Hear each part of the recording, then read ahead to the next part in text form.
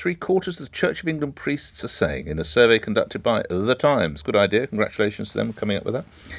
It's the most wide-ranging poll of frontline Anglican clergy, and it's found a desire for significant changes in teaching on sex, sexuality, marriage, and the role of women. Here's a thought. Would you be concerned if the next ABC, Archbishop of Canterbury, was a woman? Wouldn't bother me in the slightest. As long as the best person in the job, I couldn't give a damn. Man, woman, don't care. Would it bother you? Bear in mind it is quite a small c conservative organisation. Majority of Anglican priests want the church to conduct same-sex weddings, drop opposition to premarital and gay sex. I mean, do they... How many people now get married who've not had ladies and gentlemen, or ladies and ladies, or gentlemen and gentlemen prior to their wedding? Let's be honest about it. How many... I would have thought 99.9... Unless you're in certain... I was going to say certain faiths. If you're a Christian, we are pretty relaxed about that sort of thing. Unless you're high Mount Everest church, you will have probably had ladies and gentlemen, or ladies and ladies, or gentlemen. You know what I'm saying. The poll has uncovered high levels of stress among priests, many of whom feel overstretched amid fears churches' efforts to arrest the decline in attendance will fail. Concerns this might ultimately lead to the extinction, their words, of the Church of England. Goodness me. Much to address. I think underlying our history there is the Christian heritage, which still affects the way in which our society sees itself and wants to undergird our values, really, which I think are primarily Christian or related to the major world faiths. But I mean, if you compare ourselves with Nigeria, which is on statistical data a far more Christian country in terms of the number of people who regard themselves as Christian, we, I think, would see ourselves as being a more Christian country than Nigeria, because we actually have got a much more open view on many of the important issues to do with sexuality, to do with relationships and so on. And I think that's one of the reasons why the clergy are finding it quite difficult in the Church of England, because the Church of England is the leading church in the Anglican Communion, which is made up largely of churches from Africa particularly, where they're much more conservative approach.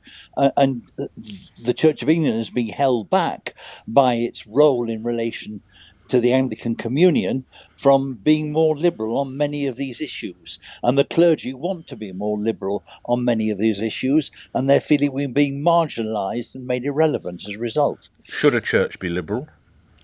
Well, I believe that the Christian faith is about love. It's about Jesus's mission to show that love and compassion to all people, regardless of who and what they are. I think their sexuality is irrelevant, and we should be celebrating love wherever it is. Now, I'm afraid for many Christians throughout the world, what I've just said is heresy. I think, though, in this country, for many of the clergy, what I've said isn't heresy. It's actually what they want to happen in the life and teaching of the church, to show that love and celebration of love wherever it may be. You said earlier that you think society sees itself through some of Christianity's teaching. Can you expand on that a little bit, Bishop? Well, I think as a society we are historically concerned about things to do with justice, compassion, truth. These things have arisen over the centuries from Christian teaching, which have lain at the heart of the way in which our institutions have been built. And in many ways, our society still turns to religion, even the Church of England, at times of national crisis and at times of national celebration, be it death of monarchs or be it as a major disaster of one kind or another. And that rooting is there within every community, because the parish churches in every community are still places where people go at times of crisis. So to that extent, we remain, if you like, a country which values its Christian heritage.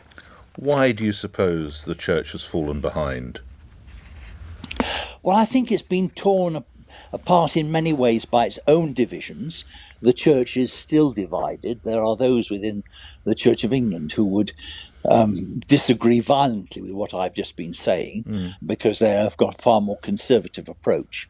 And society has moved on at the same time more rapidly than the church has been prepared to go. So the clergy are feeling between a rock and a hard place. It's not easy if you are living in a society where, for example, gay relationships are regarded as completely normal, and the church is finding it very difficult to recognise the normalcy of gay relationships. Well, even more perversely, one could argue, Bishop, the Archbishop of Canterbury has welcomed gay blessings but won't actually perform them himself. Yes, precisely. Which is kind of a mixed message in a way, Bishop. Well, that's what I was talking about before, Nick, in terms of his role as relation as head of the Anglican Communion, because he knows if he conducted gay blessings, his African archbishops would not speak to him again, right, and would say, we don't belong to the Anglican Communion anymore. And he's trying to hold that together. The bishop, he wants to preserve the Church of England, but to what end? Possibly, I would say, to preserve his job. I think whether Christianity is relevant or not to this country is the irrelevant question, because it's not there to be relative. You know, church. The whole purpose of the church is to bring mankind back in communion with God, and so if that begins to shift with the sentiments of the public, then it loses its entire purpose. It's not supposed to be. It was never meant to be an institution. What do you mean it wasn't meant to be an institution? Well, the whole idea of Christianity now is that what I would term a cultural Christian. You know, you ask someone in the street, "Oh, I'm a Christian," but what does that really mean to them? Have they professed faith in Christ and been baptized and are there purely to enjoy the glory of God, or are they just there to uphold what we term the British values? That's what I mean. This idea of Christianity has been watered down. But you can have. I'm a little nervous because you can have British values and be Jewish or Catholic or Buddhist or have no faith whatsoever, can't you? Is that what you're calling British values there sounds to me just like you said morality. British. You said British values. I didn't. But that's the term coined by the likes of the bishops on the Church of England. They're reducing Christianity to this idea of good morality, but it was never meant to be good morality. It was only ever meant to bring man back into communion with God. It was it's losing its potency if you reduce it down to just these wishy-washy feelings of love. And is it the church's job to stay up to date, or is part of its appeal? No, sorry, go ahead. The problem is the church. Some members of the church are obsessed with life becoming extinct. They want to preserve their existence as opposed